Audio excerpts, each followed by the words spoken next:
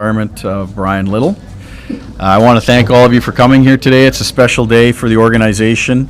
I know it's a special day for Bryan and his family.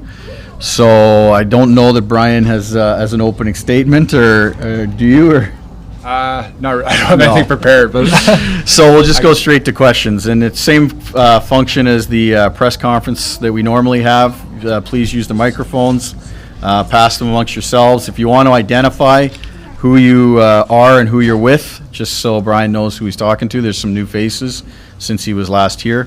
So we'll go ahead. Start ahead there, Kenny. Bryan, Ken Weeb, Winnipeg Free Press. What goes through your mind when you walk into the building and place you spend a lot of years? it's kind of surreal.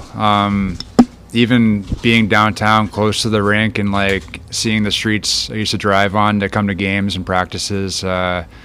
It definitely brings back a lot of memories, stepping through those doors and being in this building again.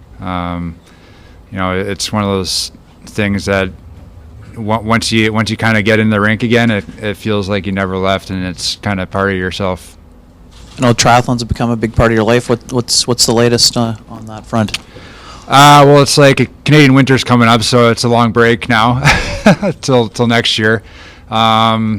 Yeah, I'm surprised more guys don't do that. It's pretty fun to do. I think Chara's in them now, doing Ironmans and marathons and stuff like that. But keeps me busy and keeps me in shape. So yeah, it's a lot of fun.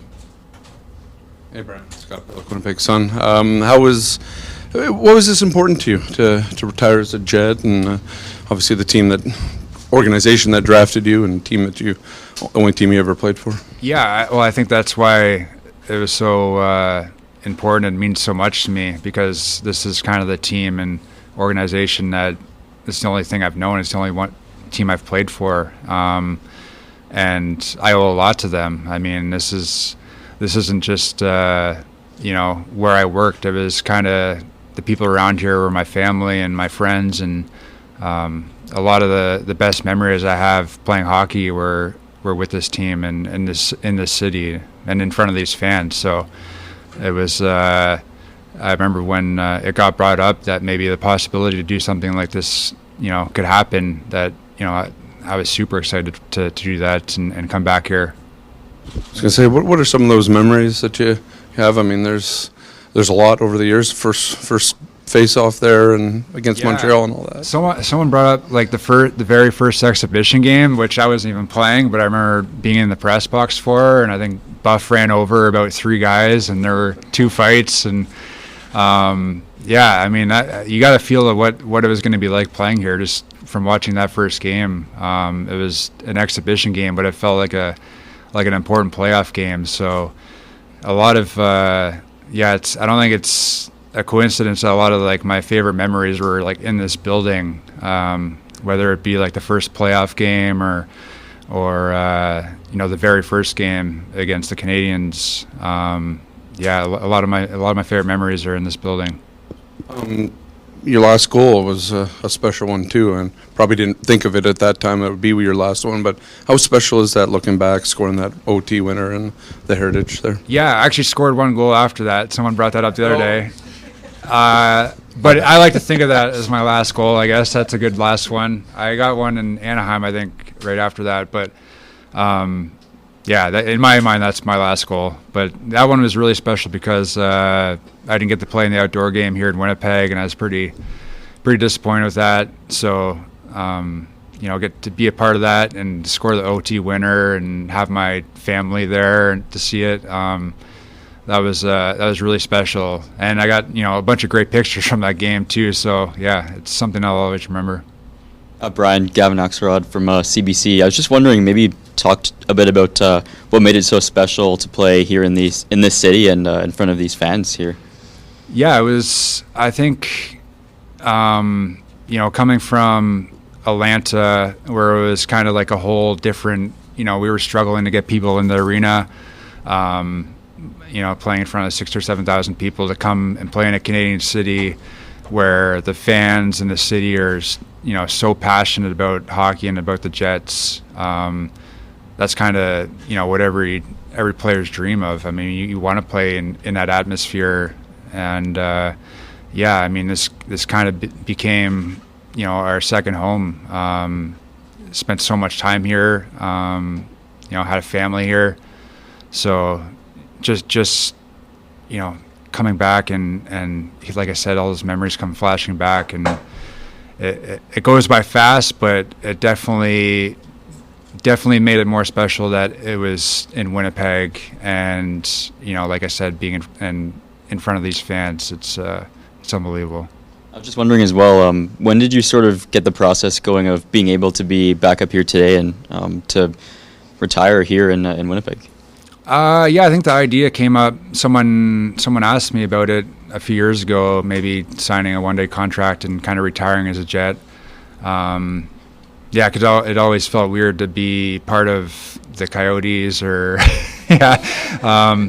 Even though I never really felt like I was part of it. I talked to the trainer there once a year for a physical or something on the phone, but yeah, I mean, in my heart, I never left. I was always a Jet, and this kind of made it official. So, yeah, in my mind, yeah, my heart was always here. Bryan, Dave Nuke from Illegal Curve. How connected do you still feel to Winnipeg in terms of, do you still follow the team? I mean, there's some guys you saw growing up, Mark Scheifele, Connor Hellebuck.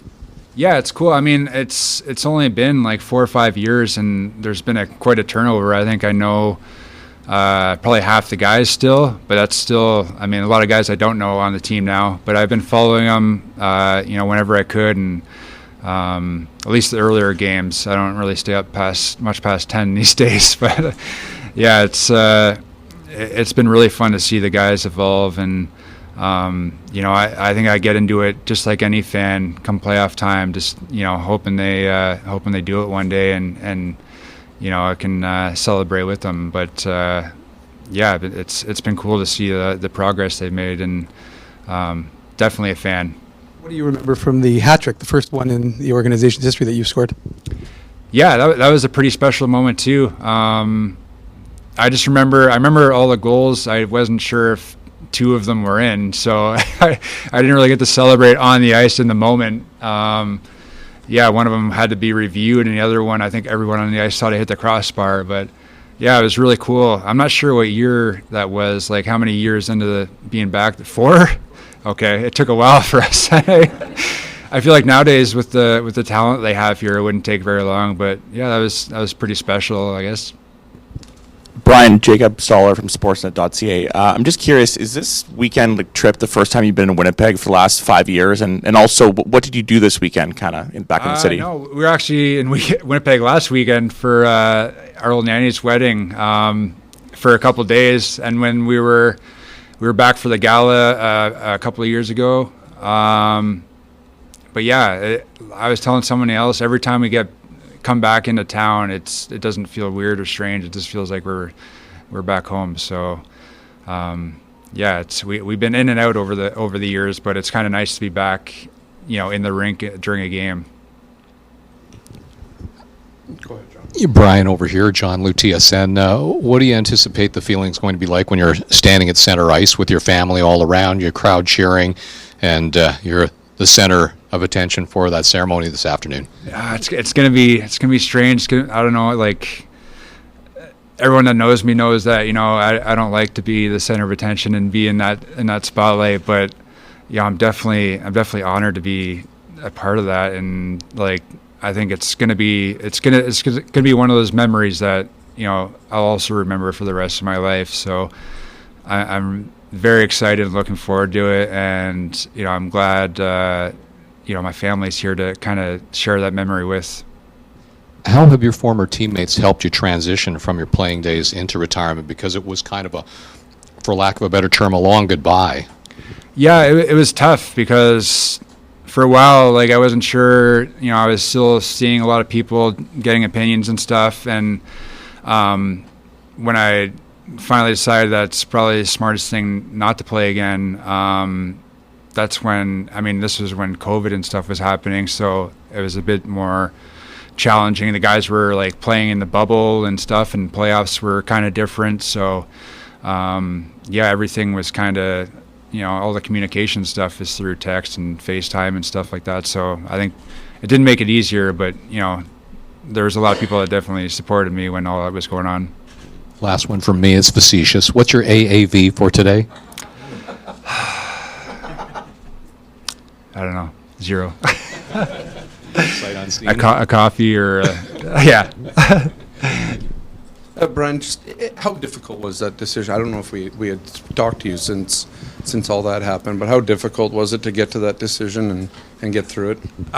It was really difficult. It was one of those things that you know, at the end of the day, you think a decision like that in your health would be easy, but it definitely wasn't.